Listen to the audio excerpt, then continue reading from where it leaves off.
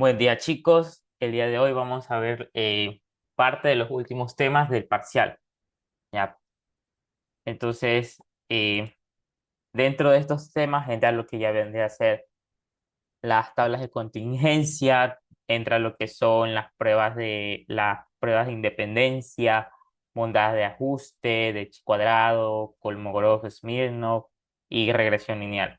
¿Ya? El día de hoy, en este video, vamos a ver solamente lo que son tablas de contingencia, prueba de independencia y la prueba de bondad de ajuste para chi cuadrado. El próximo viernes, lo más probable es que veamos los últimos dos temas y con eso creo que cerraríamos el parcial. Entonces, comencemos. Para, eh, ¿En qué análisis o en qué tipo de análisis se utiliza la tabla de contingencia? Aquí lo podemos ver. Para dos variables cualitativas, recordemos desde el inicio del semestre lo que habíamos dicho, ¿verdad? Que habían variables cuantitativas y variables cualitativas. Bien, la tabla de contingencia la usamos para cuando hay un análisis bidimensional de dos variables cualitativas.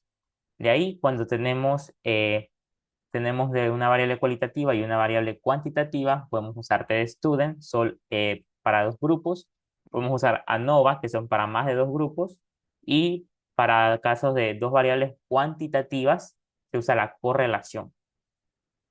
Y análisis multidimensional de dos variables cuantitativas se usa matrices de correlaciones, análisis factorial. Pero esos temas que no ven encerrados no los vamos a tratar. Ya, lo que vamos a tratar es el análisis bidimensional para dos variables cualitativas. Entonces, ¿para qué nos sirve la tabla de contingencia? Nos sirve para ver la independencia de variables cualitativas o la dependencia de variables cualitativas. ¿Ya? Entonces, ¿para qué sirven? Las tablas de contingencia son útiles para, eh, el primer caso es identificar patrones y relaciones. ¿Ya? Nos ayudan a visualizar si existe alguna relación entre variables categóricas. De ahí, el segundo uso es calcular probabilidades. Nos permite calcular probabilidades conjuntas, marginales y condicionales. ¿Ya? Recordemos que creo que fue uno de los primeros temas de este segundo parcial, que fueron las distribuciones conjuntas. Cuando hablábamos de las distribuciones marginales, las distribuciones condicionales marginales. ¿Ya? Y el tercer caso es realizar pruebas de independencia, que es el uso más importante para nuestra materia. ¿Ya? Facilita la aplicación de pruebas estadísticas como la prueba de chi cuadrado para determinar si las variables son independientes o están asociadas.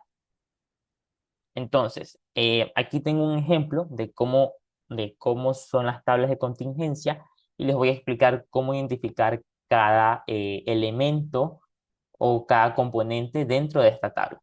¿Ya? Ya sabemos que las variables van a ser cualitativas, es decir, características de interés que no se pueden cuantificar. ¿Ya? Solamente son características que contienen los individuos. En este caso, nos dan dos. El sexo o el de género que vendría a ser hombre o mujer, y si la persona, el individuo, llega a fumar o no fuma o no fuma. ¿Ya? Entonces, eh, lo primero que nos van a enseñar son las dos variables, ¿ya? Que son las de amarillo. Aquí tenemos la primera variable, que es la cualitativa, ¿ya? Que en ese caso vendrían a ser las columnas, las J, y la segunda variable cualitativa, que vendría a ser las filas, que se les representa con la letra I. De ahí tenemos lo que son las frecuencias conjuntas o las observadas. Esas frecuencias, ya, son las que nosotros en campo o haciendo la experimentación obtenemos. ¿Ya? De ahí que son las moraditas. Las naranjas son las marginales de la segunda variable, que vendría a ser de la I, ¿verdad? Las marginales de las filas. Y las de acá son las marginales de la primera variable aleatoria, que vendría a ser las columnas, ¿verdad? Y de ahí tenemos lo que son el valor esperado y el valor, perdón, el valor observado, que es el que les digo, por experimentación se observan, se anotan esos datos, y el otro es el valor esperado, el valor teórico. ¿Ya? El valor teórico, en este caso, está representado con con los números en rojo. ¿Ya? Y bueno, aquí tenemos el total, que el total representa el número de elementos de esa muestra o población. De ahí, ¿cómo nosotros podríamos calcular frecuencias esperadas? Tenemos aquí un ejemplo, ¿ya?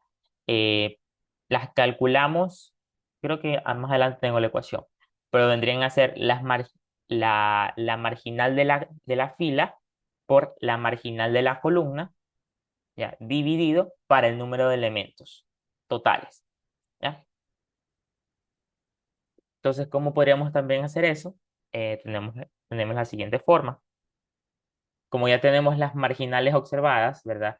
Entonces podemos sacar la probabilidad marginal de esa, en este caso, de que sea hombre.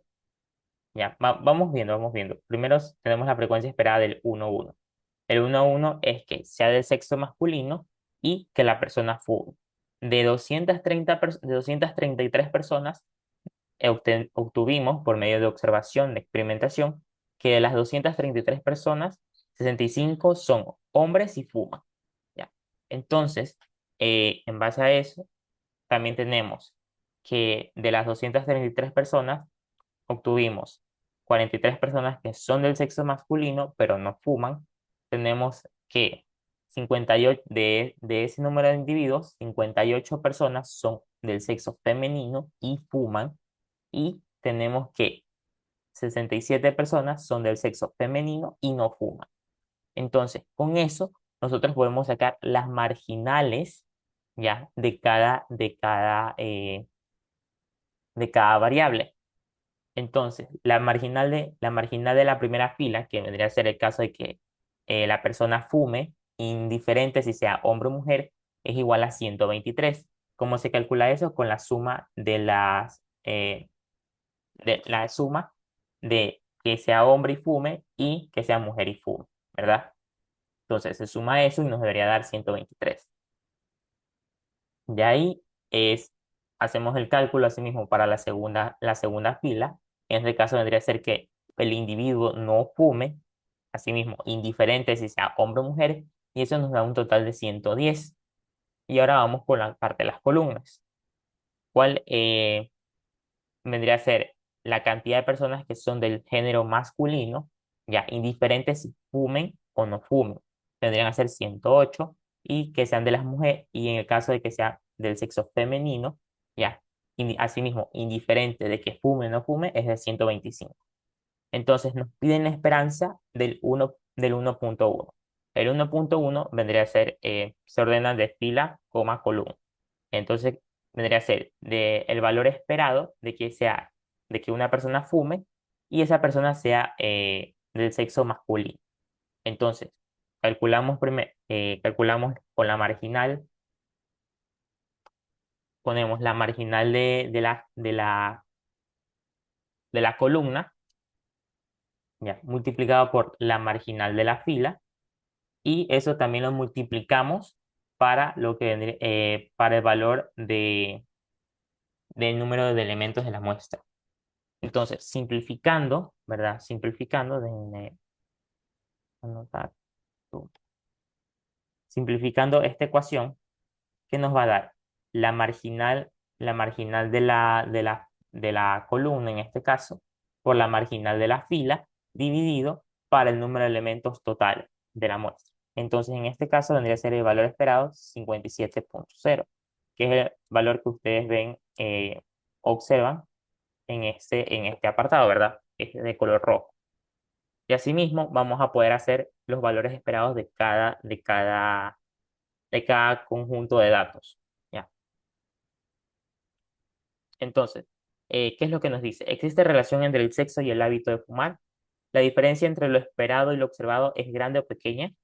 ¿Qué podríamos analizar de eso? Para analizar la relación de dependencia e independencia entre dos variables cualitativas, es necesario estudiar su distribución conjunta o tabla de contingencia. Ya. La tabla de contingencia es una tabla de doble entrada donde en cada casilla figura el número de individuos que poseen esas características. Ya. Eh, bueno, de ahí tenemos condiciones que debemos cumplir en las tablas de tablas de contingencia de R por C, donde R representa el número total de filas y C representa el número total de columnas. Entonces, veamos la primera condición, que vendría a ser esta aquí. ¿Qué es lo que nos dice? Que el número de elementos de cada casilla, ¿verdad? Es decir, el número de elementos del 1,1, el número de elementos del 1,2, el número de elementos. La sumatoria de todos esos elementos nos debería dar igual al valor total de individuos. Esa es nuestra primera condición. Y ahí, ¿qué es lo que nos dice? Para un arreglo, en un arreglo rectangular de R por C, nos dice eh, que el número de elementos marginales de la fila va a ser igual a la sumatoria de los elementos en conjunto, ¿verdad? En este caso, a que el valor que va a cambiar va a ser el de J, ¿ya? Y el valor de I se va a mantener constante. Es decir, que si yo quiero calcular el número de elementos marginales de la primera fila, toda la primera fila se va a quedar constante y lo que va a ir cambiando es nuestro valor de J. Ya, si se dan cuenta, vendría a ser la sumatoria de n1,1, la sumatoria de más el n1,2 más el n1,3 hasta el n1,c. ¿Ya? Y eso nos debería dar igual al número de elementos marginales de esa fila. Y asimismo, en este caso el arreglo rectangular, el número de elementos ya marginales de cada columna va a ser igual a la sumatoria de los elementos evaluados en I, J, donde I tiende desde 1 hasta R y J se mantiene constante. Y en este caso, podríamos ver o podemos ver que para la marginal de la primera fila, perdón, de la marginal de la primera columna, todos los valores de la fila van a ir cambiando, es decir, 1,1, 2,1, 3,1 hasta llegar al R,1. Pero el valor de J se mantiene. ¿Ya? ¿Qué más nos dice aquí? Eh, este P gorrito IJ va a ser igual al NIJ dividido para el número de elementos, donde este P gorrito representa la probabilidad de ese casillero, ¿ya? Entonces, ¿qué es lo que nos dice? ¿Qué es lo que en español, qué es lo que nos quiere decir? Es que si nosotros queremos la probabilidad de cada casilla, ya, esa probabilidad va a ser igual al número de elementos de esa casilla dividido para el número de elementos total, ¿ya? Y también tenemos estas dos condiciones aquí que también son importantes, que las probabilidades marginales, ¿ya? Las probabilidades marginales de las filas, la sumatoria de ellas debe ser igual a 1 y que la probabilidad marginal de las columnas, la sumatoria de todas esas probabilidades, debe ser asimismo igual a 1. Y bajo la hipótesis de independencia entre filas y columnas, se tiene que la frecuencia esperada es de la siguiente forma o es la siguiente ecuación. ¿Ya? Que es lo que les había explicado justamente en el anterior ejercicio, que que la ecuación para los valores esperados o la frecuencia esperada va a ser igual a la multiplicación de de sus marginales evaluados en esa fila y en esa columna, dividido para el número total de elementos. Entonces, hasta ahí, si todo está claro, podemos continuar. Aquí tenemos un ejercicio, vamos a resolverlo. Nos dice preferencia de transporte. Supongamos que se realizó una encuesta a 100 personas. sobre su preferencia de transporte y el género. Los resultados fueron los siguientes. 30 hombres prefieren el coche, prefieren el coche. 20 hombres prefieren el transporte público. 10 hombres prefieren la bicicleta. 20 mujeres prefieren el coche. 10 mujeres prefieren el transporte público y 10 mujeres prefieren la bicicleta. Entonces, lo primero que nosotros tenemos que hacer es saber cuál va a ser nuestra primera variable y nuestra segunda variable. Para estos casos, nosotros vamos a guiar, para este caso vamos a guiarnos acorde cómo nos van presentando los datos. Entonces, lo primero es sacar los datos, ¿cierto? Perdón, espérenme. Lo primero sería tener los datos. Entonces, tenemos que nuestro número n va a ser igual a 100, ¿cierto? De ahí nos dicen eh, a las personas sobre su preferencia de transporte y el género. Entonces, nuestra primera variable, que vendría a ser j, vendría a ser el tipo de transporte,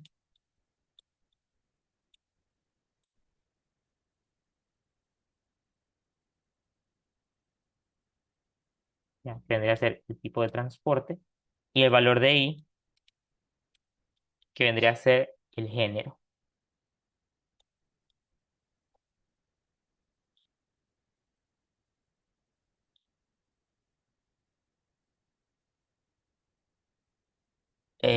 De ahí nos dicen, ahí nos están diciendo cuántos, ya con esa información, ya nos están diciendo cuántos valores de j vamos a tener. Es decir, recuerden que j va a tender, j a la final, la sumatoria de todos los j va a ser igual a c, y los de i van a ser igual a r.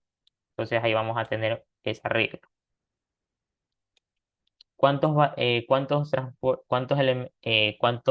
transportes tenemos?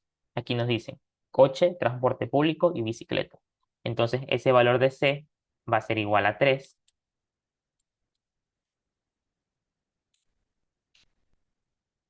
Ese valor de C va a ser igual a 3. El valor de R va a ser igual a 2. Entonces nuestro arreglo o nuestra tabla de contingencia va a ser una tabla de contingencia de 2 por 3. ¿Ya? Entonces, eh,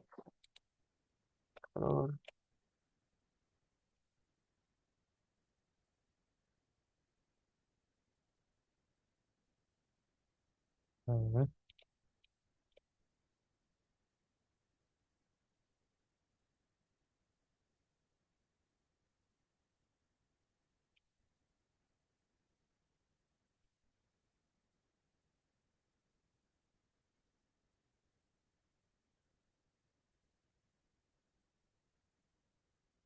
Entonces vamos a tener dos filas y vamos a tener tres columnas. ¿Ya? De ahí ya tenemos el número de elementos totales, ese va a ser 100, ya ese valor no va a cambiar. Y aquí vamos a poner la C de coche, vamos a poner la T de transporte público y vamos a poner la B de bicicleta. Aquí vamos a poner H de hombres y M de mujer. Ya, ¿qué es lo que nos dice? Que 30 hombres prefieren coche. Entonces, este valor de aquí que es el valor observado, va a ser de 30.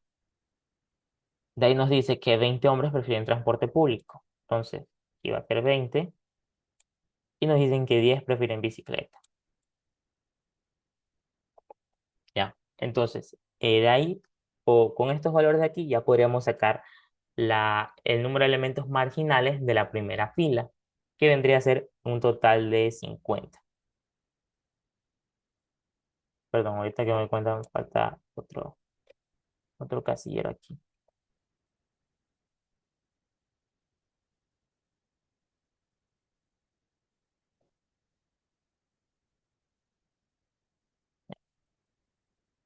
Entonces aquí tendríamos el valor de 100.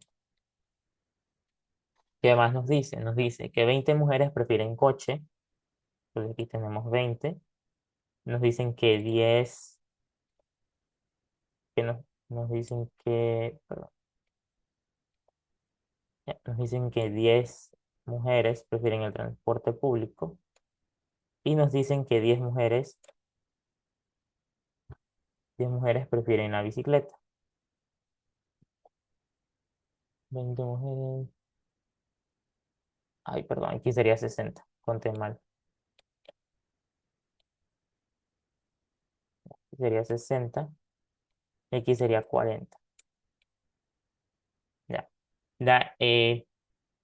¿Por qué 40? Porque la marginal de la segunda fila o que sean igual a las mujeres va a ser igual a 40. De ahí, las marginales para cada columna, tenemos que las personas que prefieren coche, indiferente de su género, es 50. Las personas que prefieren transporte público son 30 y las personas que prefieren el bus son 20. Perdón, la bicicleta son 20. Ya. Y si nos damos cuenta, aquí también nosotros estamos cumpliendo la condición que habíamos dicho, ¿verdad? Que la sumatoria la sumatoria de elementos de las marginales deben ser igual al número de elementos de total y así de las filas y las marginales de las columnas, la sumatoria de ellas debería ser igual al número de elementos de total. Ahora, ¿cuál sería el siguiente paso? Ya nosotros tenemos los valores observados, tendríamos que calcular los valores esperados, ¿cierto? Entonces, ¿cómo calculábamos los valores esperados? Con la siguiente ecuación.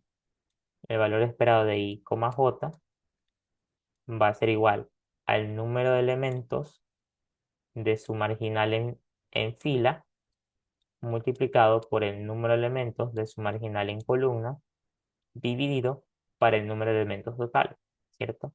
Entonces, si nosotros queremos el valor esperado de 1.1, que sean hombres y eh, escojan el coche como medio de transporte, sería el número de elementos de que sea hombre, que sería 50, por el número, perdón, sería 60, me equivoqué, por el número de elementos que prefieren coche, que son 50. Y eso dividido para 100. Ya, y me calcula rapidito. 50 por 60 dividido para 100 nos da un valor de 30. Ese va a ser nuestro valor esperado. De ahí, asimismo, podemos seguir con el 1.2, que vendría a ser eh, el valor esperado de que sea hombre y escoja el transporte público. Entonces, continuamos, sería que sea hombre sería 60 por 30 dividido para 100.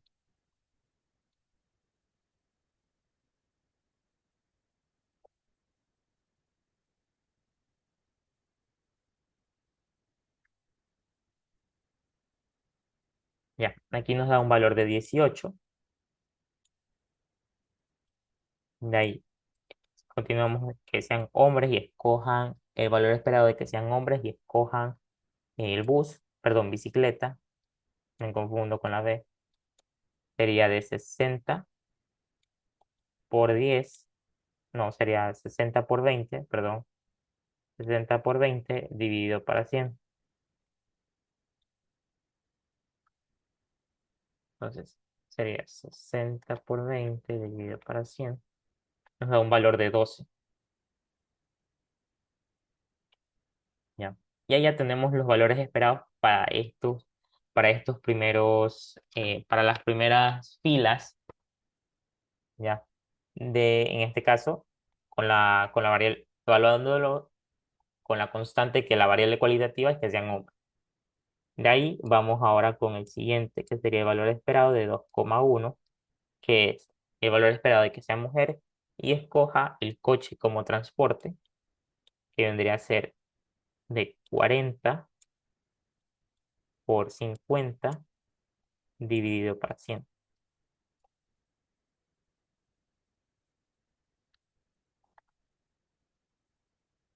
nos da un valor total de 20. Ya, hacemos el segundo, el 2,2, que sea mujer y que escoja el transporte público. Sería de 40 por 30 dividido para 100. Eso nos daría como tal 12, valor de 12. Y el valor esperado de que sea mujer y escoja bicicleta sería de 40 por 20 dividido para 100.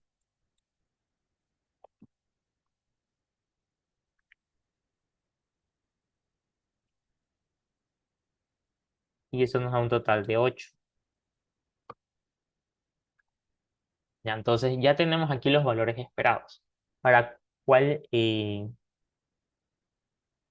sería el siguiente paso?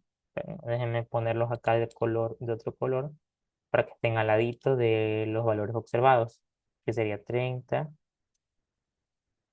30, aquí 18 y aquí 12. Acá serían 20, acá serían 12 y acá serían 8. ¿Ya?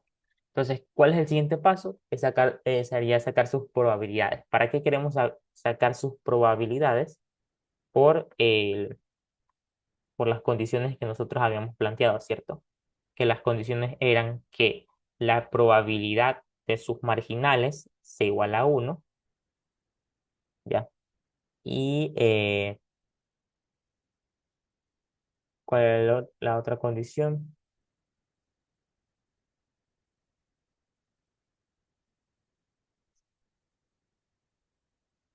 Bueno, aquí no tenemos más condiciones.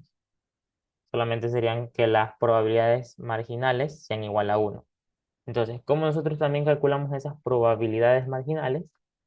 Fácil. Ya tenemos los valores observados, podemos sacar los valores marginales, perdón, tenemos los valores esperados, podemos sacar los valores marginales esperados, que serían 30 más 18 más 50. También serían 60, sería 30, 20, 50, sí, también sería 60 el valor esperado, y en este caso también sería el valor esperado 40. Aquí serían 50 y 30 y aquí 20. ¿Ya? Entonces, con esto nosotros podríamos sacar las probabilidades marginales, ¿verdad?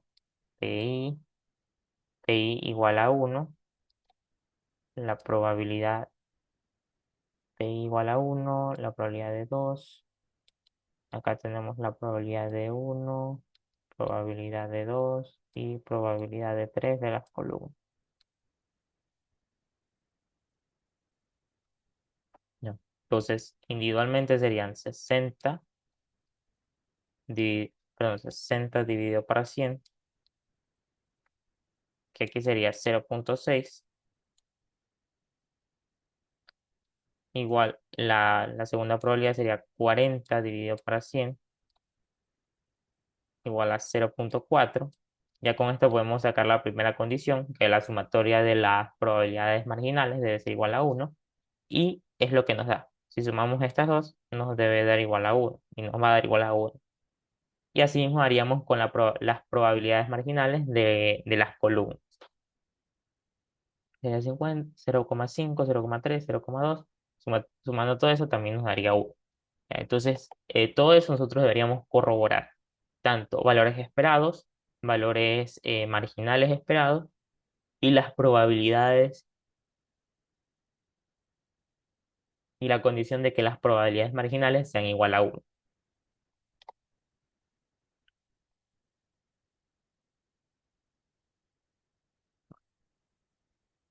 Para todo esto.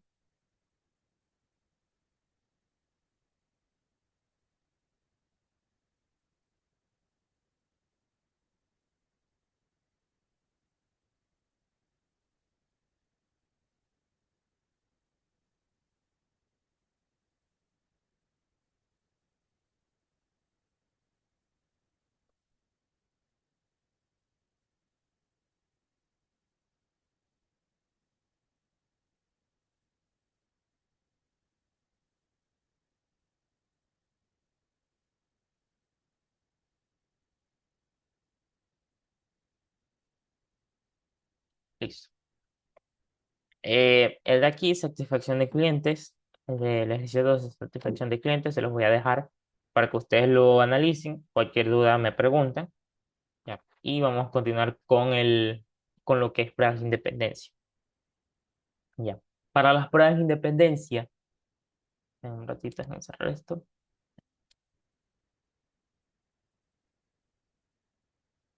Para pruebas de independencia, ¿cuáles son nuestras hipótesis?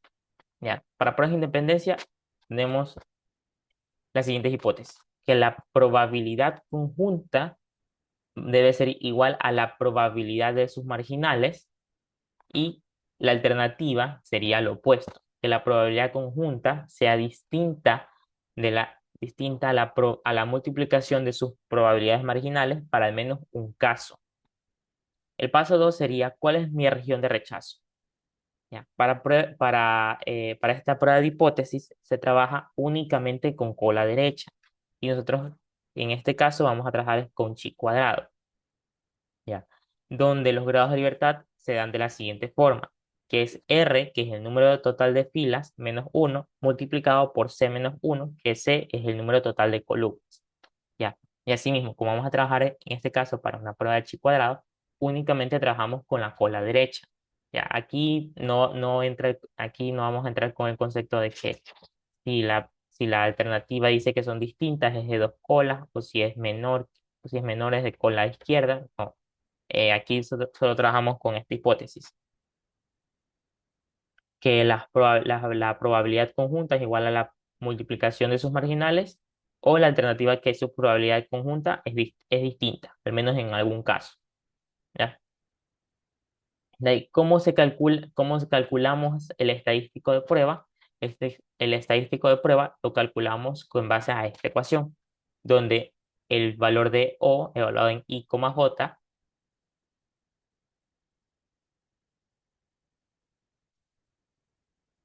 es el valor observado, que es el que viene en la tabla, ¿verdad? El que viene del experimento, y donde I, J es el valor esperado, ¿ya? De ahí, ¿cuál es mi valor P? Mi valor P es la probabilidad de que mi chi cuadrado sea mayor al estadístico de prueba, ¿verdad? Entonces va a ser, eh, bueno, el estadístico de prueba va a ser el total, el valor total va a ser igual la probabilidad va a ser igual evaluada en la tabla, ¿verdad? Del chi cuadrado, en la tabla evaluada con ese estadístico de prueba, con un nivel de significancia, ¿cierto? Y de ahí, ¿qué es lo que nos dice? Que el valor P, si el valor P llegara a ser menor al nivel de significancia, se rechaza H sub 0. Ya, recordemos que para nosotros calcular la probabilidad del estadístico de prueba, si ya nosotros calculamos el chi, ¿verdad? Que es el EP, buscamos en la tabla ese valor o un valor cercano a ese estadístico de prueba, y intersectamos con su probabilidad. Si esa probabilidad llegara a ser menor al valor de significancia, que por lo general son 5%, 1%, 0,5%, 10%, ya. Si en caso de que ese valor de probabilidad llegase a ser menor, se va a rechazar la hipótesis nula. ¿Y cuál era la hipótesis nula? Recordemos que esa era que la probabilidad conjunta va a ser igual a la multiplicación de sus marginales en cualquier caso, ¿ya? Y bueno, el quinto paso sería: ¿qué podemos deducir o declarar? Si el H sub 0 es rechazado, entonces hay pruebas suficientes para decir que hay dependencia en al menos un caso, ¿ya? Si el H sub 0 no se rechaza, no se afirma independencia, solo se dice que no hay pruebas suficientes, ¿ya? Ojo, no, recordemos lo que les he dicho este transcurso: nunca firmen, si se rechaza la hipótesis nula, nunca se firma la alternativa, solamente se dice que no hay pruebas suficientes para rechazarla.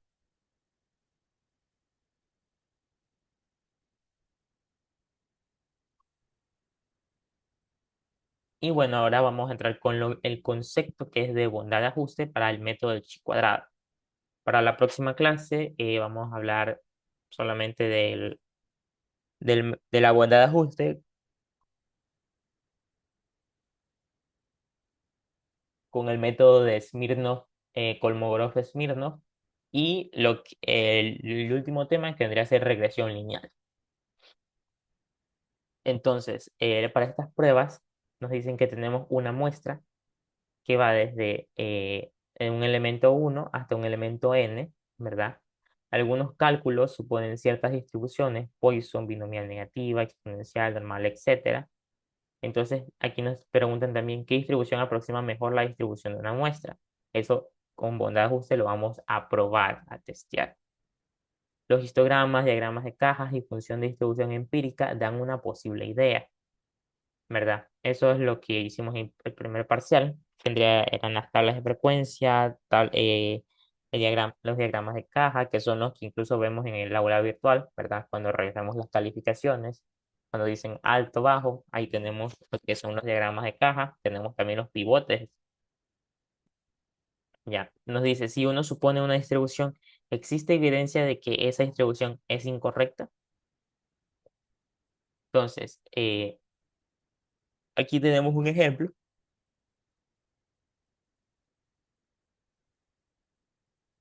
con Poisson. Nos dice que la hipótesis nula, eh, ¿qué es lo que nos dice esta hipótesis nula? Nos dice que x y se distribuye, o sea que las variables de x se distribuyen como una Poisson con un lambda igual a 5, ¿ya? Y un ejemplo en el que, digamos, estamos trabajando con Poisson, pero no nos están dando como tal un lambda, ¿ya? O no se ha calculado un lambda, solamente podríamos decir que el h sub 0 nos indica que las variables de x se distribuyen como una Poisson, pero no especifican el lambda. Ya, se utiliza para discriminar si a una colección de datos, es decir, a una muestra, se ajusta a una distribución teórica de una determinada población. Se quiere buscar qué distribución se aproxima mejor a la distribución de la muestra. Es decir, eh, aquí vamos nosotros a testear acorde a nuestros datos, ¿verdad? Si se va a distribuir como una Poisson, como una binomial, una normal estándar, etcétera, etcétera, etcétera. ¿Ya?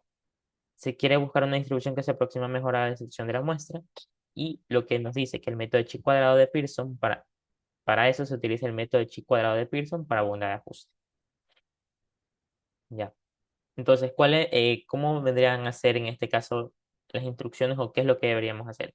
Primero es dividir el soporte en K regiones. El soporte se refiere al número de elementos, ¿ya? Donde NJ es el número de observaciones de la región. J, para este caso, J ya no representa columnas, ¿no? CJ representa lo que serían el número de regiones que nosotros hemos impuesto. Aquí, en bondad de ajuste con chi cuadrado, nosotros vamos a imponer los límites, los límites de cada región. Es decir, si esa región incluye o no incluye cierto valor, eh, si incluye el extremo superior, el extremo superior y el extremo inferior, o no. ¿Ya? De ahí nos dice que UJ va a ser igual a n, que n representa el número de elementos totales de la muestra, multiplicado por la probabilidad J. ¿Ya? Y ese UJ viene a ser igual a ese valor esperado. Y nuestro estadístico de prueba ahora va a cambiar nuestra ecuación para chi cuadrado. Nos dice que va a ser igual a la sumatoria de los nj menos uj elevado al cuadrado, todo eso elevado al cuadrado, y siendo divididos para el valor esperado, ¿cierto? ¿Qué nos dicen las hipótesis? Si la hipótesis nula es cierta, nos dice que la variable cuadrática, esta variable cuadrática se distribuye como una chi cuadrado evaluados en v grados de libertad, que vendría a ser k menos 1. ¿Ya? Si h sub 0 no especifica todos los parámetros, se le puede estimar por máxima verosimilitud. Si se estiman p parámetros, entonces nos dicen que la variable al cuadrado se distribuye como una chi cuadrado evaluada en k menos p menos u. ¿Ya? La aproximación del chi cuadrado es asintótica es decir, que el n tiende a ser un valor grande, un valor que tiende a ser infinito, y, y una aproximación es buena cuando el valor esperado de, de esa región es mayor o igual a 5. ¿Ya? Y aquí tenemos una notita, dice, se debe buscar que al dividir los datos en regiones, cada una tenga como frecuencia esperada 5. ¿Ya? Es decir, si la frecuencia esperada o el valor esperado de esa región llegara a ser menor a 5, nosotros deberíamos replantear esa región, ya agregándole, obviamente si es menor a 5 deberíamos a esa región agregarle eh, o hacer el rango más grande, ¿verdad? Y achicar otras regiones. Entonces, espérenme un ratito.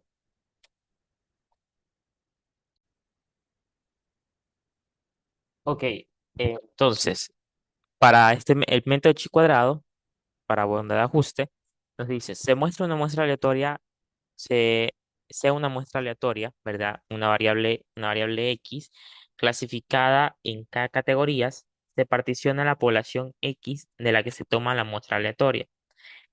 Nos dice que el contraste de hipótesis para bondad de ajuste es el siguiente. La hipótesis nula nos dice, la muestra X ha sido tomada la muestra X ha sido tomada de una población X mayúscula que tiene una distribución F sub 0, ¿verdad? Esa distribución nos pueden decir binomial, normal estándar, Poisson, etcétera, etcétera, etcétera. Nuestra hipótesis alternativa, que está especificada como H sub 1, vendría a ser el opuesto de H sub 0. ¿Ya?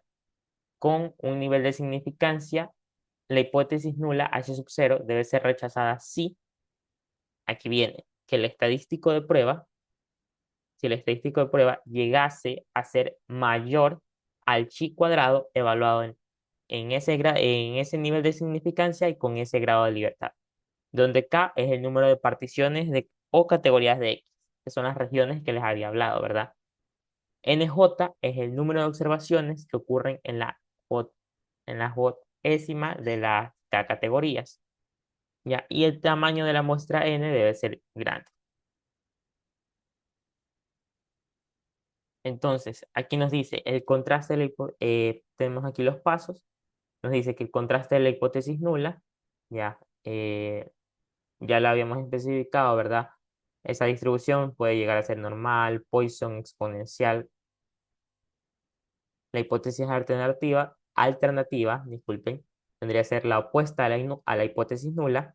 De ahí, si se dan cuenta, anteriormente yo les había hablado de como una receta, que primero es la hipótesis, luego la región de rechazo y luego el estadístico. En este caso, vamos a cambiar la posición. ¿Por qué? Porque nosotros necesitamos corroborar, ¿ya? Que nuestro valor esperado de esa región, de cada región, sea mayor o igual a 5. En caso de que esa condición no se cumpla, nosotros debemos replantear la región de rechazo. ¿Ya?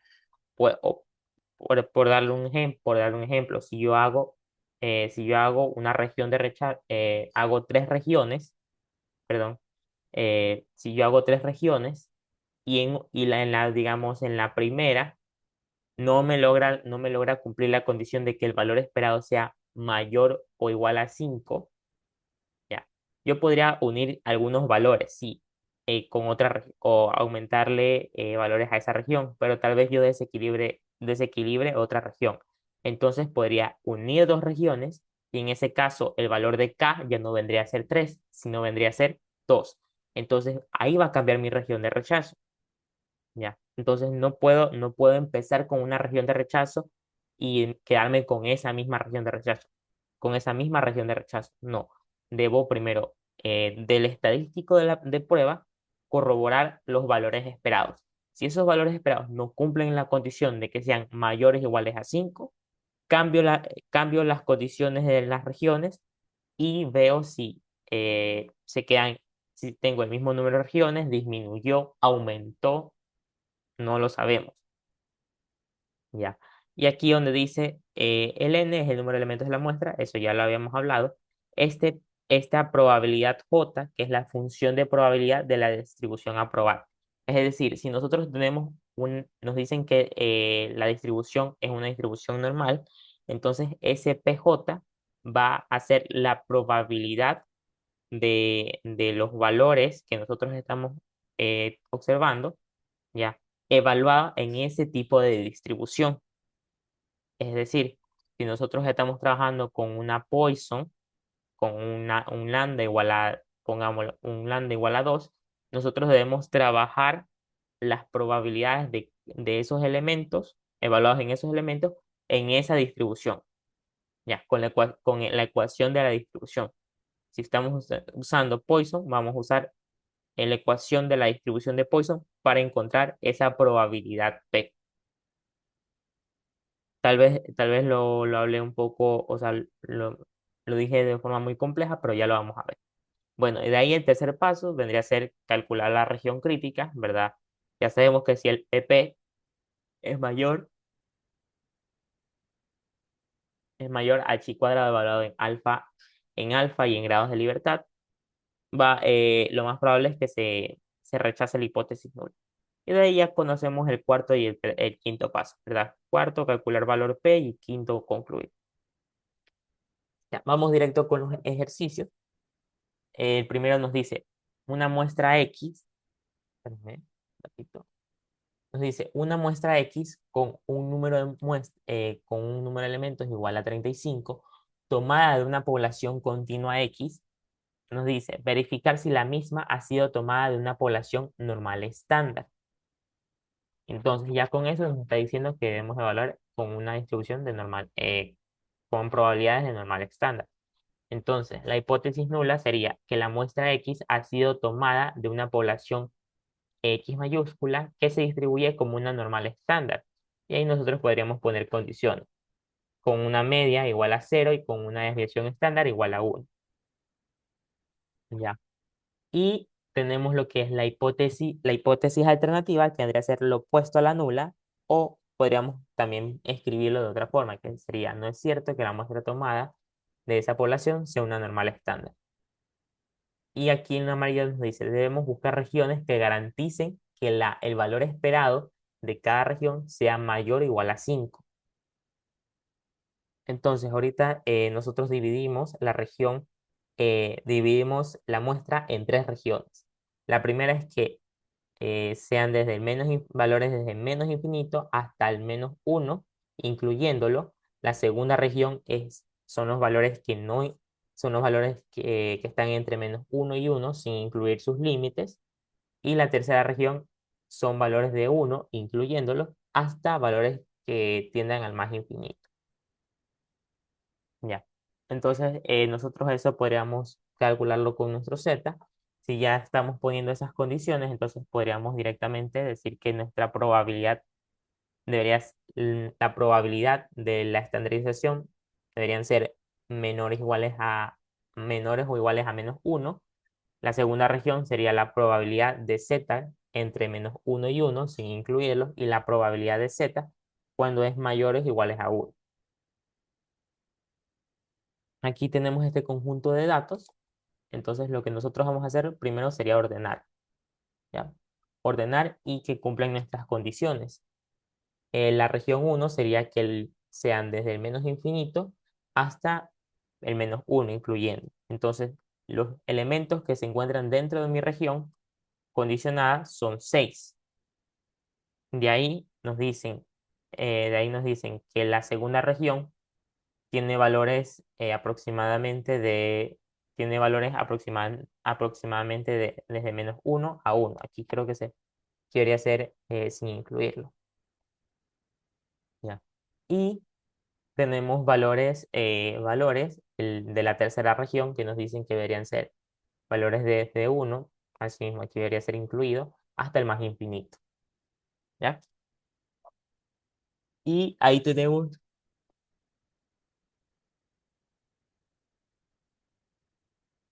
lo que son el número de elementos de cada región.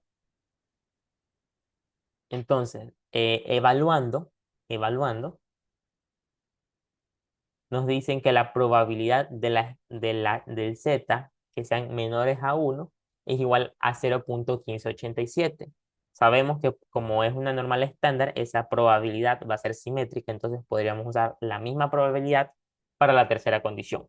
Y para la segunda podríamos calcularla o en este caso, sumamos la condición del primero y del tercero y hacemos la complementaria, ¿verdad? Uno menos la suma de esos. Y que vendría a ser igual a 0,6826. Entonces, ¿cómo nosotros calculamos el valor esperado de cada región? Vendría a ser igual al número de elementos totales, que es 35, multiplicado por la probabilidad de esa región. Y eso nos debería dar un valor mayor o igual a 5.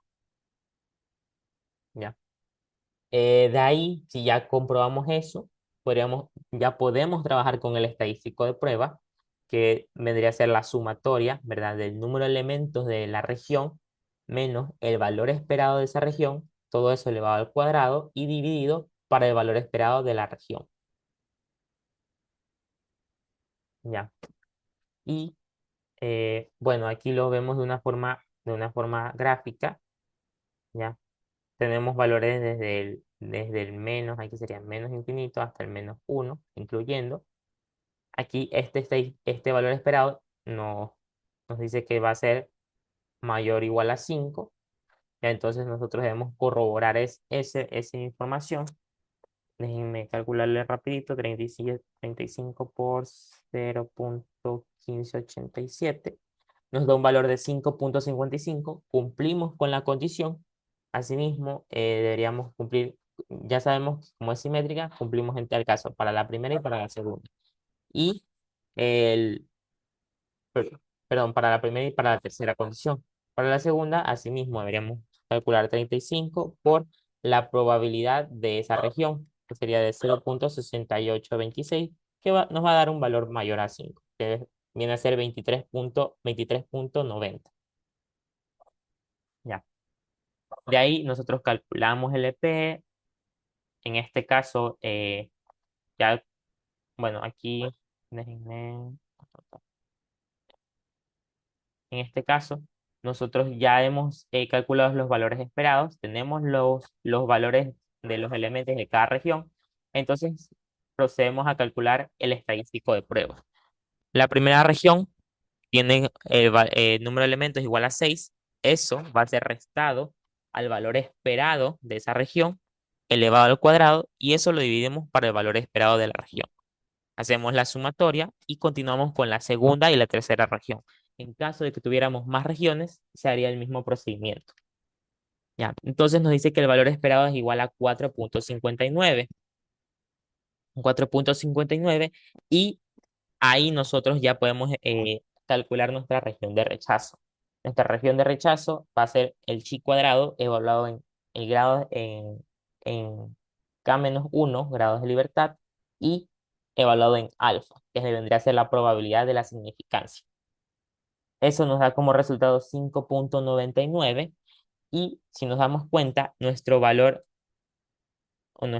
EP cae fuera del rango de rechazo o de la región de rechazo. Entonces, nosotros podemos concluir, se dice, no se rechaza la hipótesis nula, de que no se rechaza la hipótesis nula de que la muestra se distribuya como una normal estándar con media de 0 y desviación de 1. ¿Ya? Aquí podríamos calcular también el valor P, pero no lo tengo calculado. Entonces, ya les digo, no, o sea, se podrían saltar ese paso, pero lo importante es que igual ustedes calculen ese valor P.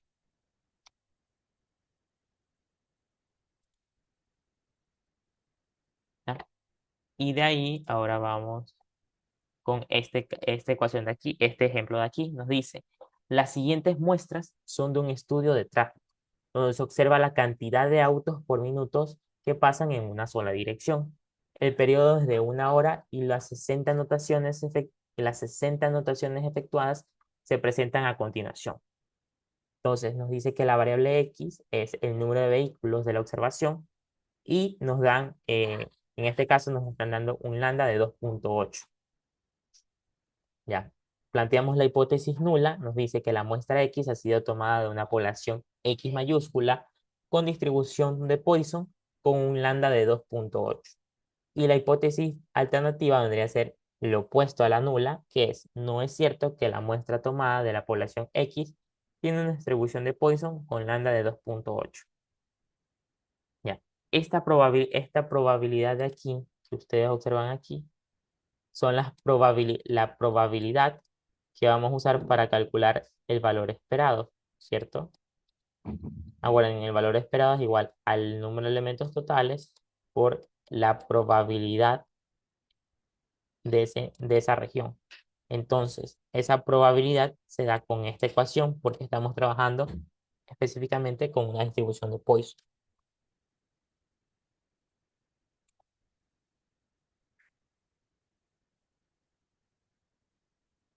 Para este ejercicio se dividió la región en un total de 5, se dividió la muestra en un total de 5 regiones. Ya, aquí podemos observar las condiciones de cada región. La primera vendría a ser valores que incluyan entre 0 y 1. La segunda región son valores que son entre 1 a 2, excluyendo el límite inferior. La segunda región vendría a ser de 2 a 3, excluyendo el límite inferior. La región 4, de 3 a 4, excluyendo el inferior. Y la región 5 vendría a ser desde 4 a 7, perdón, no incluyendo la región inferior. ¿Ya? Entonces, ya tenemos nuestras regiones, tenemos nuestras hipótesis, ahora nos toca calcular los valores esperados. ¿Ya? ¿Cómo se calculan los valores esperados? Como estos datos son puntuales, ¿verdad? Son variables aleatorias discretas, podemos trabajar con Poisson. Ya vamos a trabajar con Poisson evaluando en cada X, ¿verdad? En este caso vendríamos a evaluar para el primer caso, la primera región sería la probabilidad de que X sean igual a 0 más la probabilidad de que X sean igual a 1. ¿Por qué? Porque estamos teniendo una región acumulada. ¿Ya? Eso vendría a ser igual a 2 a 0.231. La segunda región, asimismo, la calcularíamos con los valores que entran en ese rango, que sería la probabilidad que sea solo igual a 2, que es de 0.238. La tercera región, la probabilidad sería de que X sean iguales a 3, de 0.222. Y la probabilidad de la cuarta región es que sean igual a 4, que vendría a ser de 0.156. Y bueno, la probabilidad de la quinta región, la probabilidad es que sean mayores a 4, y eso va a ser igual a 1 menos la probabilidad de todo esto, o igual a la probabilidad de 5 más la probabilidad de 6 más la probabilidad de 7. Y eso nos da como resultado de 0.155. Esas probabilidades para sacar el valor esperado las vamos a multiplicar, ya vamos a multiplicar por el número de elementos de la muestra. Y nos dice lo siguiente, que el valor esperado de la primera región es de 13.86, cumple la condición. La segunda región es de 14.28, cumplimos la condición. La tercera región de 13.32 se cumple. La cuarta de 9.36 la cumple. Y la quinta de 9.3 la cumple. Entonces, si ya tenemos que todos los valores esperados cumplen nuestra condición, podemos calcular el estadístico de prueba. ¿Tenemos el número de elementos de cada región? Sí. ¿Tenemos los valores esperados de cada región? Sí. Entonces, con esas dos afirmaciones, nosotros podemos calcular el EP. Y el EP, aquí en este caso, nos dice que es igual a 0.726. Ahora nosotros vamos a la tabla. Ya, ahora vamos a hacer la región de rechazo, que en este caso estamos trabajando con grados de libertad con grados de libertad de K-1, como son 5 regiones, sería 5 menos 1, debe ser 4, 4 grados de libertad, y tenemos el nivel de significancia, que en este caso sería de 5%. Ese valor nos da igual a 9.49 y nosotros evaluamos con nuestro estadístico de prueba. ¿Cuál era nuestro estadístico de prueba? De 0.72. Si nos damos cuenta, ese valor va a estar muy cercano a C desde 0, entonces no va a entrar en nuestra región de rechazo. Entonces, por lo tanto, no se rechaza la hipótesis nula. X tiene, bueno, aquí no sería X, tiene una distribución de Poisson con lambda igual a 2,28. No se afirma, solamente se dice que no se, por pruebas, no se rechaza la hipótesis nula.